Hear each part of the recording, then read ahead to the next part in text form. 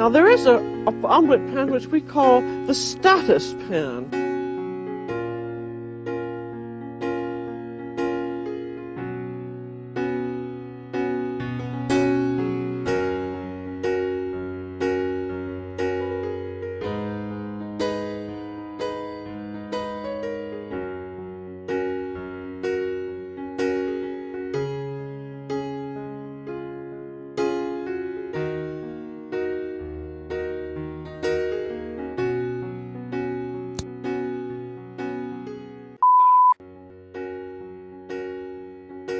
Let's try to do another hole. Trying to put a hole right next to the rod.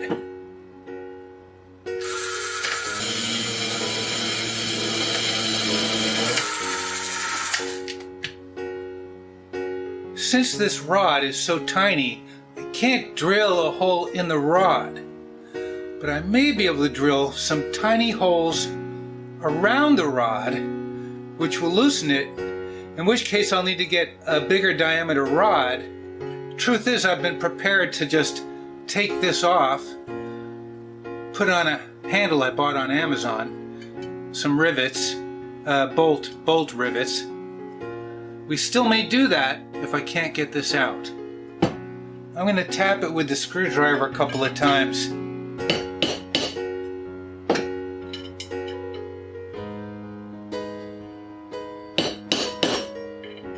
Can I shake it loose?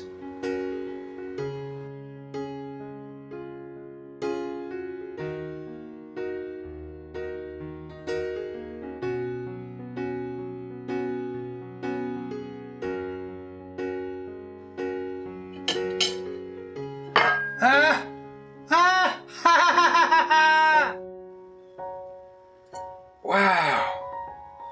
Boy, that is beat up. I gotta say, if I make a bigger hole with threads and we could use a bigger rod and get it in the handle, we might save this pan. Good Monday. We've got some good news. And some questionable.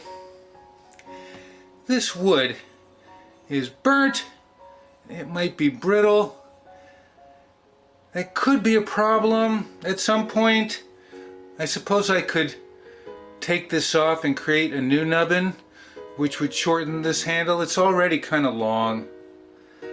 That's the iffy news. Here we've got the old rod. Now the good news is, the piece that broke off was not that long. The threads that go in here, they extend further in than I thought, which is good because I destroyed some of the threads. Otherwise, I might have had to go with a larger rod and create my own threads. It would have been... So the good news is, the new rod goes in further, gives me the support I believe I need. Ultimate worst case scenarios, we'll just take this off at some point. This is supposed to be stainless steel, and I question that because it sawed really easily. Now stainless steel it's really hard when you try to grind it or saw it. This sawed easily, but it's supposed to be stainless. It's a 1032 rod. I bought a foot. Let's see. The blue end goes in.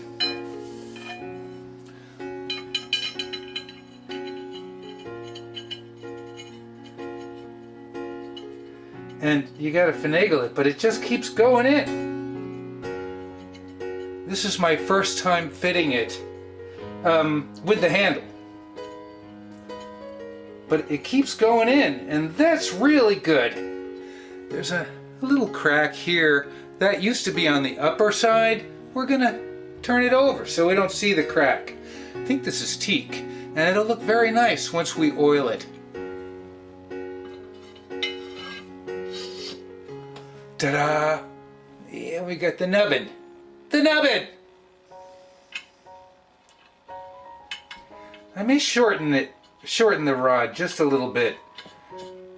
The hole actually goes right through, so if the rod is too long, we're going to end up seeing the rod. Wow! How exciting!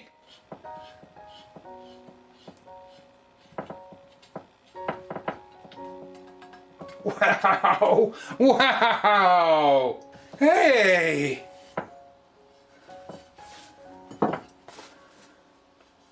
Wow! I didn't ruin it after all! No?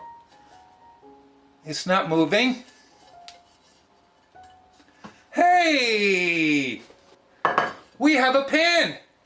Now we can clean. We can clean this pan and make it all shiny and new. And try and make some eggs. I'm not ready to get back to Julia's French omelettes just yet.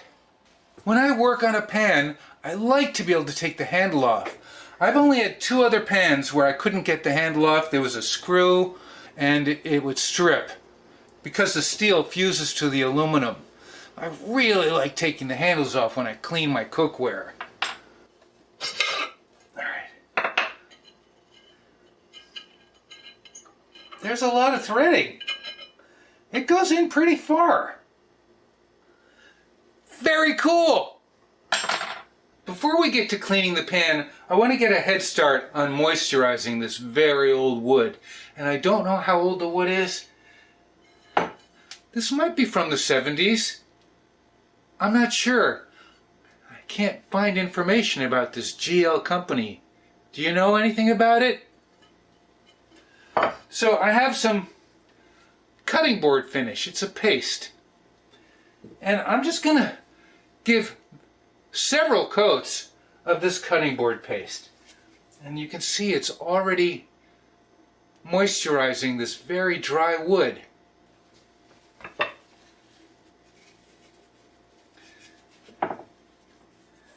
And so it's not a poly, it's a rub-on wax.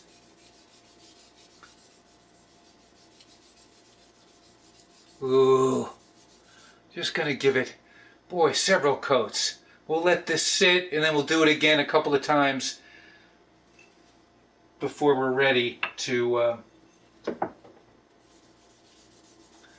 get it all over my hands. And this will soak in. It's like chapstick for wood.